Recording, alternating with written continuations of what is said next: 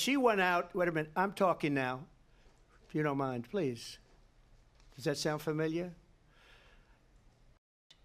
You will see during the course of his rallies, he talks about fictional characters like Hannibal Lecter. He will talk about windmills cause cancer. And what you will also notice is that people start leaving his rallies early out of exhaustion and boredom. People don't go to her rallies. There's no reason to go. And the people that do go, she's bussing them in and paying them to be there and then showing them in a different light. So she can't talk about that. People don't leave my rallies. We have the biggest rallies, the most incredible rallies in the history of politics. It must end immediately, and the way it will end is we need a ceasefire deal and we need the hostages out. She hates Israel. She wouldn't even meet with Netanyahu when he went to Congress to make a very important speech. She refused to be there because she was at a sorority party. I want the war to stop. I want to save lives. If Donald Trump were president, Putin would be sitting in Kyiv right now. Well, first of all, it's important to remind the former president you're not running against Joe Biden, you're running against me. And remember this, she is Biden. You know, she's trying to get away from Biden. Clearly, I am not Joe Biden, and I am certainly not Donald Trump. And what I do offer is a new generation of leadership for our country. She has a plan to confiscate everybody's gun. President Trump, she we has do a have plan. to move. Then this business about taking everyone's guns away, Tim Walz and I are both gun owners. We're not taking anybody's guns away, so stop with the continuous lying about this stuff. This has been a disaster for people, for the middle class, but for every class. On top of that, we have millions of people pouring into our country from prisons and jails, from mental institutions and insane asylums, and they're coming in and they're taking jobs that are occupied right now by African Americans and Hispanics. There is no state in this country where it is legal to kill a baby after it's born.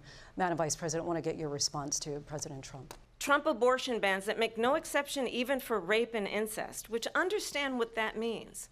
A survivor of a crime of violation to their body does not have the right to make a decision about what happens to their body next. That is immoral.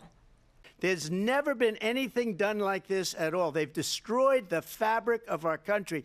Millions of people let in. And all over the world, crime is down. All over the world except here. Crime here is up and through the roof. Well, I think this is so rich, coming from someone who has been prosecuted for national security crimes, economic crimes, election interference, has been found liable for sexual assault, and his next big court appearance is in November at his own criminal sentencing.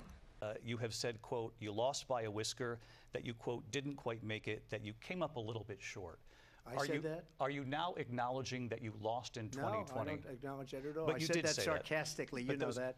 It was said, oh, we lost by a whisker. That was said sarcastically. Look, there's so much proof. All you have to do is look at it. And they should have sent it back to the legislatures for approval. Mr. President, on January 6th, you told your supporters to march to the Capitol. You did send out tweets, but it was more than 2 hours before you sent out that video message telling your supporters to go home. Is there anything you regret about what you did on that day? You just said a thing that isn't covered. Peacefully and patriotically, I said during my speech, not later on. Peacefully and patriotically. And nobody on the other side was killed. Ashley Babbitt was shot by an out-of-control police officer that should have never, ever shot her. It's a disgrace. But we didn't do this group of people that have been treated so badly. I ask, what about all the people that are pouring into our country and killing people that she allowed to pour in? So I think you've heard tonight two very different visions for our country.